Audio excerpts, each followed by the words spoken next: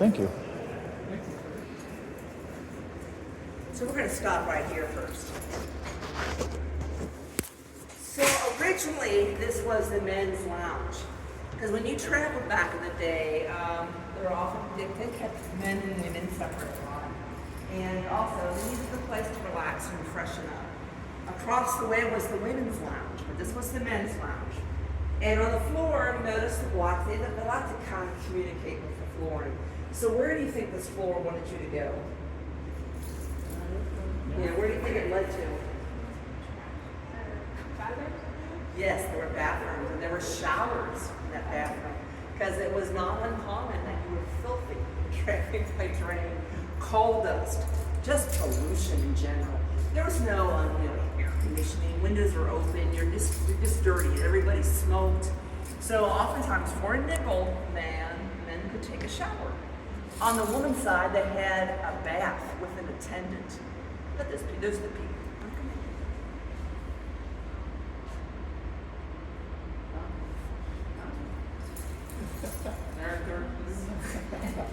So right here is where the shoe shine place was. Over here where it says tickets, because this is an active train station now, it's Amtrak. But there used to be a 10-seat barber shop. And the drinking fountain there is the original drinking fountain, and it works. Notice the dip in the floor. Can you see this little dip there from 100,000 people? Yeah, take a drink, it'll give you good luck.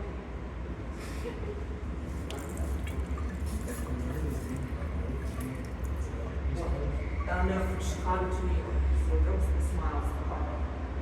So anyway, let's go sit down. I'll tell you the rest of the story around this place before we move on. Face tickets.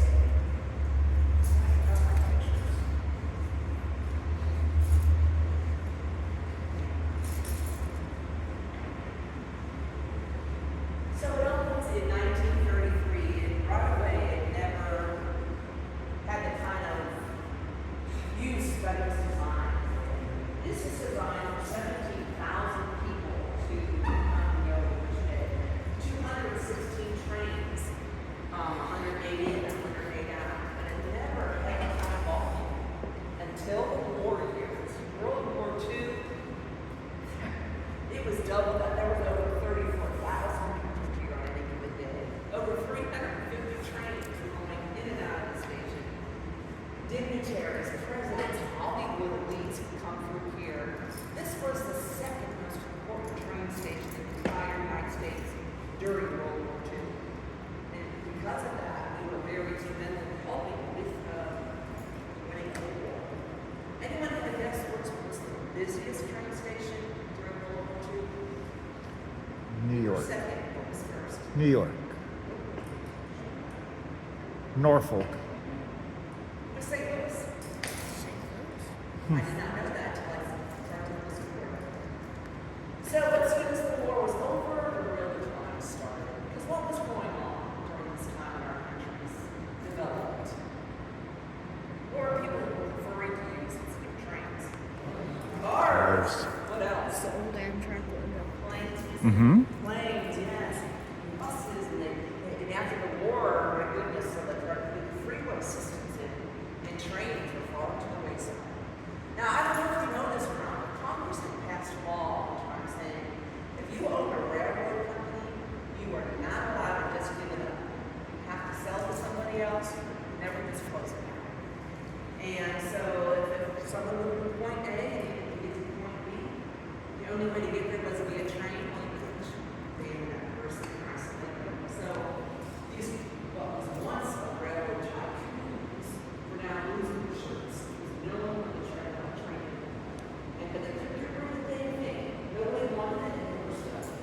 So they started really lobbying Congress and the government, please do something. Remove that law so we can get rid of this. So in 1967, up until that point, the government had paid the railroad companies to take the mail. Well, now they would be trucking. So even that little bit of revenue they were getting was taken from them. So finally, in 1970, Congress signed into law. President Nixon signed it as well, and they took over the passenger trains and said, "Look, we're going to take it over. You give us your business, we just take it from you.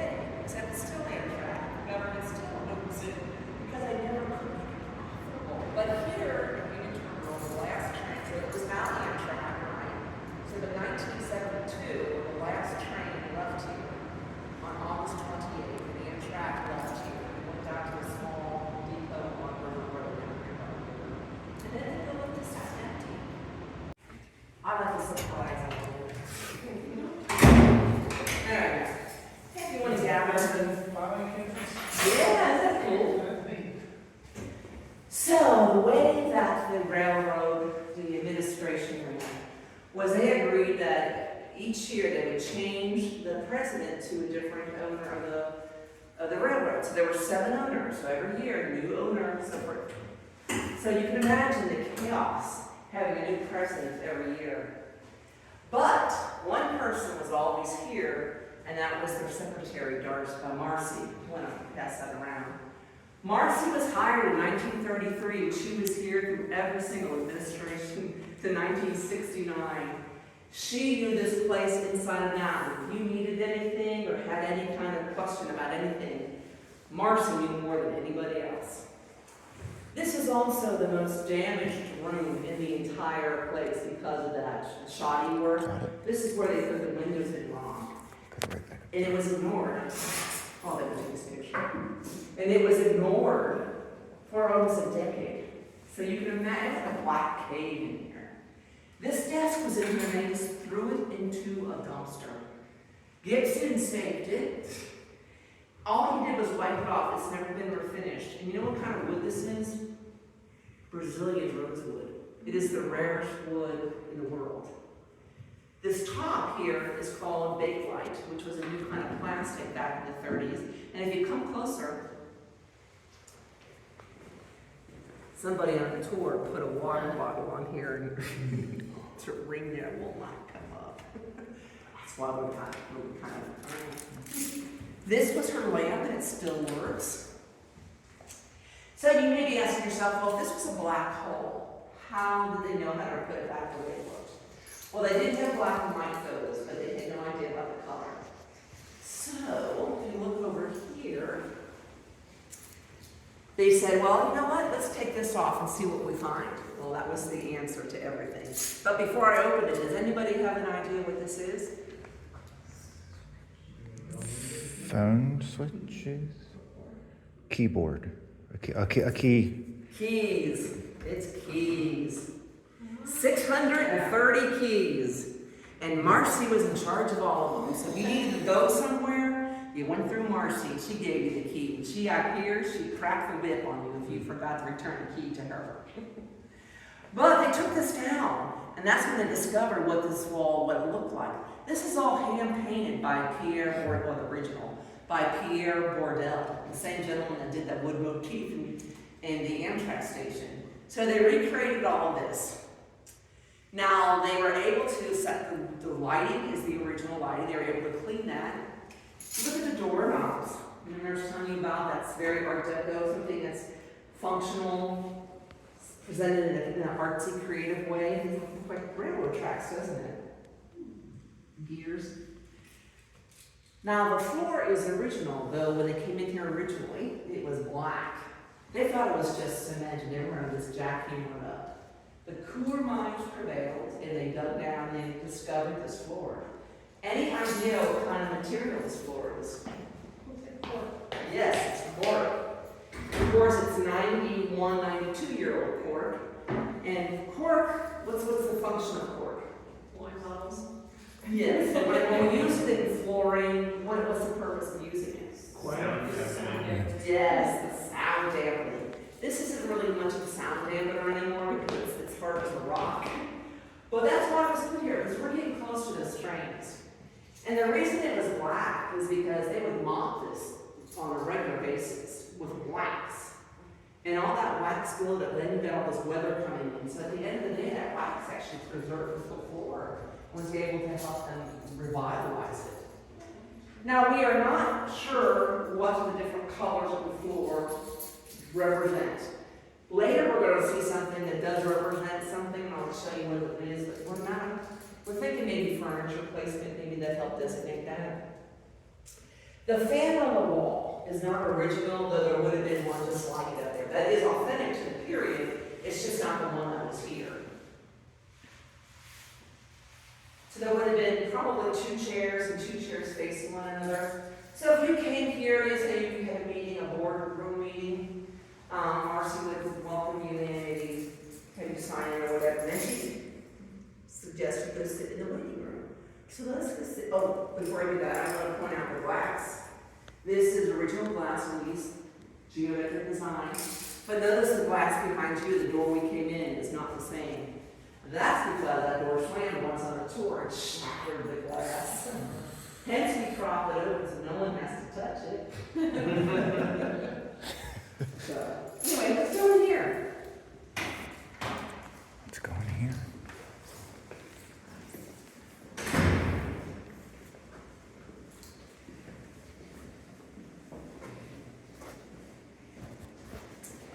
This is what we call, the waiting room. I think there's other names we have for it. But this, it being interior, was not harmed by all that weather. This room is almost identical to the way it was back originally. The wood paneling is all original. The cork floor again. Even the furniture, though we know it's been reupholstered at one time, is the original. There would have been a big mirror over it so if someone wanted to check their look before they went into the boardroom. The fan is also added, but there would have been one there. The light fixture was probably by Lowe's. We have no idea what light fixture was in here. We won't be going in there only because it's been totally modernized. Because where it used to be the bathroom and the men's lounge, that's now an auditorium. And that's the breed room for the auditorium. It's also, when people rent this place out for weddings and boardroom meetings, and that's often where people with a bridal party will get ready for a ceremony or whatever. So if you were here for the boardroom, and you were waiting here, and it was time to go in, you would go through this, what we call the antechamber. It's pretty tight. We're just going to walk through a windshield on the other end. But as you walk through, I want you to notice to your left, there is a train sign from the original concourse. And we put it there to block a door, but also to show you what a train sign looked like. Can you close that door for us? And then the last person through here will close the door.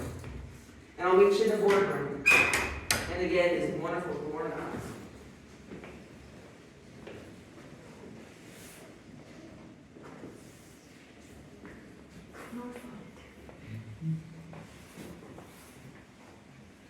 Track 12.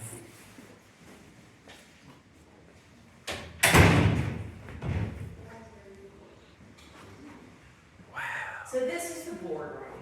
It is pretty much as it was 91 years ago. Not only do we have the cork floor, now we have cork going up the wall because the trains are right here. And again, remember, there was no shut windows. If we wanted some air, the windows were open. People were also, if you notice the original furniture, there are ashtrays with a pretty wide holder. What do you think they were smoking? Cigars.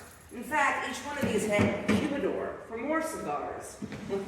I just can only imagine how thick the air was. With the trains, with the smoking, with the air pollution, and the windows are opening, and you've got a little tiny fans. Ugh, how did people live, So remember how I told you it took 5.5 million cubic tons of dirt? They got all that right over here. You see where there's like a cell tower out there? It's not very much to see because it's kind of low. That was practically, I think it was called Mount Bald or Mount Mom. I can't remember what. Anyway, that's where they got all the dirt that built up this place. That red brick building over there was a tannery. Again, think of the smells coming from the tannery.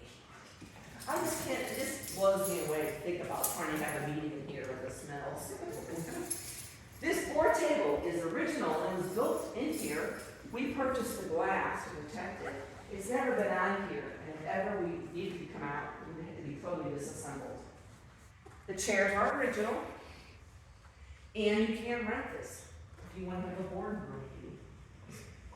I have no idea how much they could charge, but I can imagine the waiters don't touch anything. Flat screen TV, of course, is original. All right, so it's not. But I do want to point out these incredible doors. Has anyone ever heard of the term curvilinear? Yes. Do you know what it means? No. Okay. Fair. I have a basic definition. It's things that are supposed to be straight are presented in a curvy way. Hence these doors. These doors are curvilinear. A door is a straight piece of wood, right? Not here. They're curvy. And they're just doors to closets. And there's two of them. And they're irreplaceable doors. The craftsmanship, the artistry to make doors like this does not exist anymore.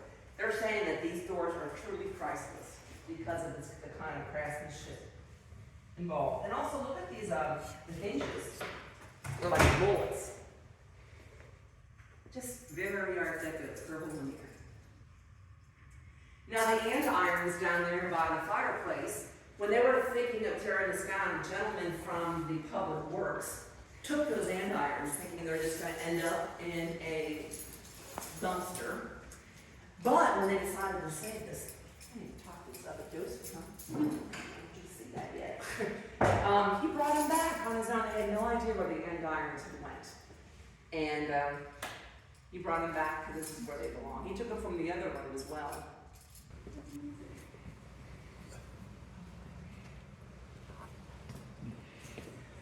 So this was the second most damaged room.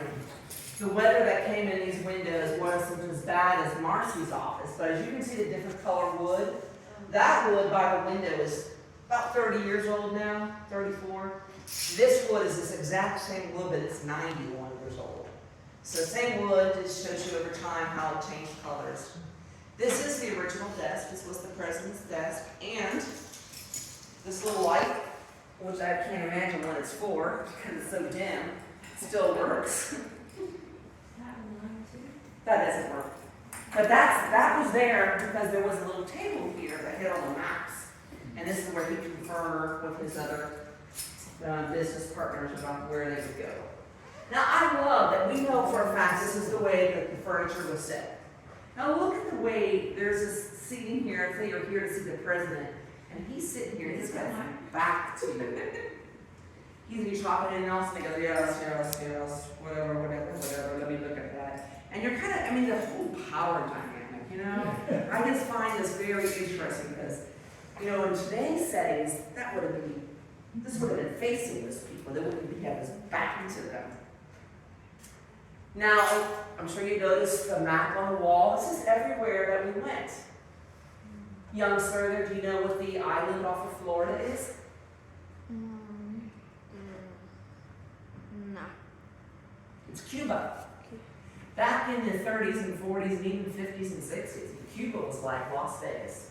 People loved going there to party and have a good time. And there was a tunnel where the train would go under the ocean. No, I'm lying. There was a barge. The train got on there and took them over to Cuba. Some of the buses went in. The second one was for taxis. And the third was going to be a streetcar. But because of the way the world was going, it never left the tracks. So really just the first two were used. So you'd come in, you drop your passenger off here, and then the vehicle would drive under the rotunda, come back out here, pick up passengers, and then drive out. And that's how it worked. They drove under the rotunda. Which brings up a question. Whatever happened to the subway in Cincinnati? Same reason that the It's train. there. They're still there. Tell me There's holes in the ground. about it. Cars. Some of the gates and stations are just closed off. Yeah. It's just the way the country went.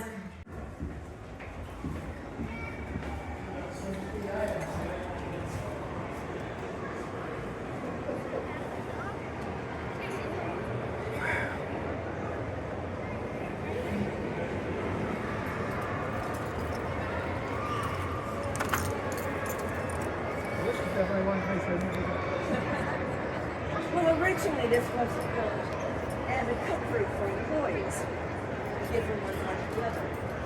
And then during the war years, it became critical. So I want to show you, start up here. This picture was taken from up here of what it looked like down there. So he'll pass this over the first one. So he'll pass it around. So as the picture shows, it's very crowded down there. So this became a nursery here.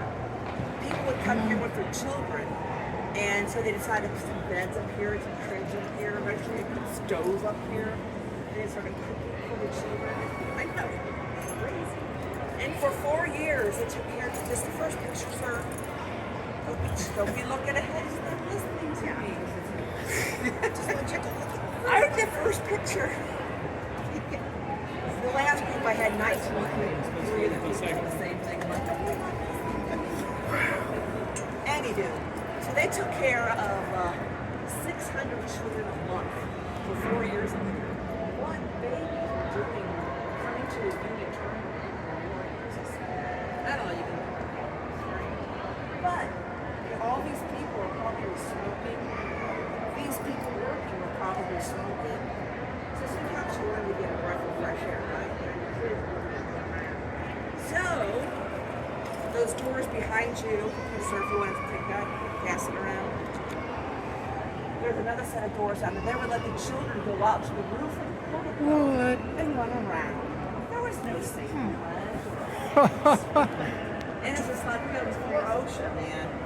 That's crazy. But I'm sure they probably want to look for the scene up here. It's kind of tight. When you're thinking about, 10, 12 babies up here, maybe, and you're all smoking cigarettes, and you're like, I need to smoke my cigarette with fresh air.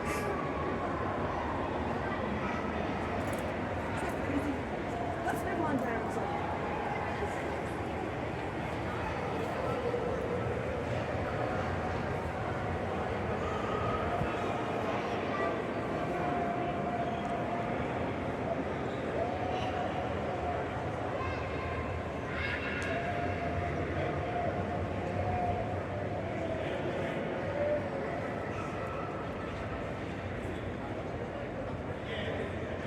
So remember I was telling you about the concourse? There were 14 murals made in Cincinnati. And there was beautiful mural at the end. Well, when they said they were going to tear down the concourse, the way they saved those murals is, anyone here remember Jerry Springer? He was quite a character, but he was also quite an activist. And him and others were very active. There's even a song on YouTube that was created about saving Union Terminal and saving these murals. And they depicted the different industries in Cincinnati. Well, because of him and others' efforts, they were able to raise, I think it was $400,000. And they took these murals down. They originally all went to the CBG airport. Now 9 of them are there, and 5 of them are at our convention center. So they unfortunately could not save that one. It was too big, and they couldn't figure out a way to take it down without damaging it. So that ended up in a dumpster. I wish I were around back then. But anyway, that's what it looked like. But let's talk about these murals, these mosaics. The gentleman that created these mosaics was Winold Weiss. He was born in 1886 in Germany, and his parents were artists. They were kind of bohemians. For the time, they were very, it's like hippies. And they taught their son to question things, to appreciate people who were different from him. And so he grew up in that kind of environment. Well, he had a fascination with people. First, he just came straight down the Native Americans. So he reached out and how he found the tribe of black Philippines.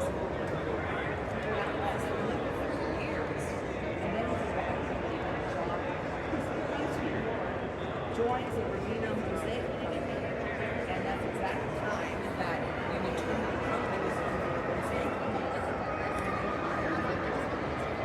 So, the way he operated was he never just made somebody at home. He liked to provide.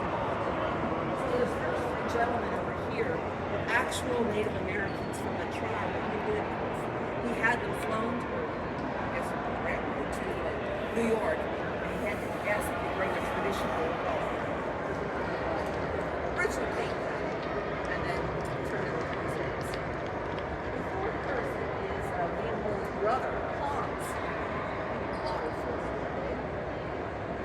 Now the little boy, Winold had the studio, like I was saying, in New York City, and he had an agent go out and look for people that looked like what he thought like a pioneer would. So she goes out into the crowds of New York. She sees his mother with 2 children, one of the little boys and the other. And she approached the mother and said, my boss would love to paint your son. She went to the studio tomorrow. Here's the illustrated card. And have him paint your son. And she was thrilled. She goes home, tells her husband about it, and of course she wants her son to look the best, so she goes and gets all his hair cut off.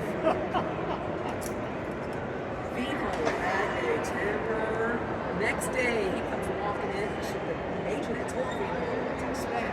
With a shaved head, practically shaved. He was livid.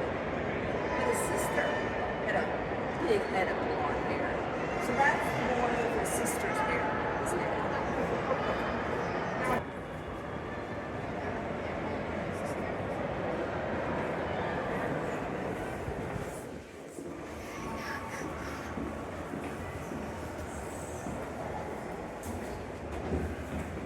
Down we go.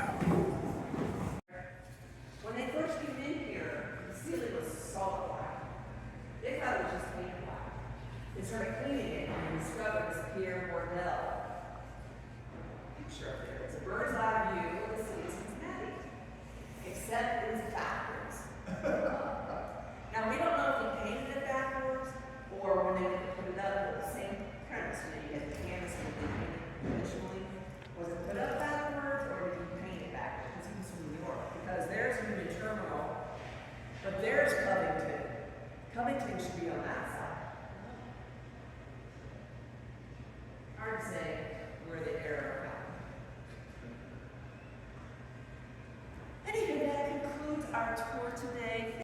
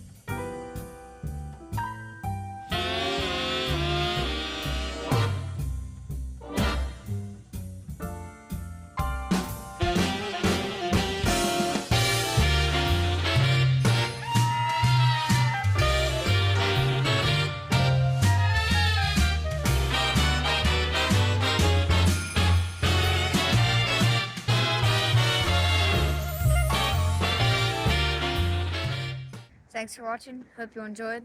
That's pretty cool. Super cool. Make sure to like and subscribe. Train buddies out.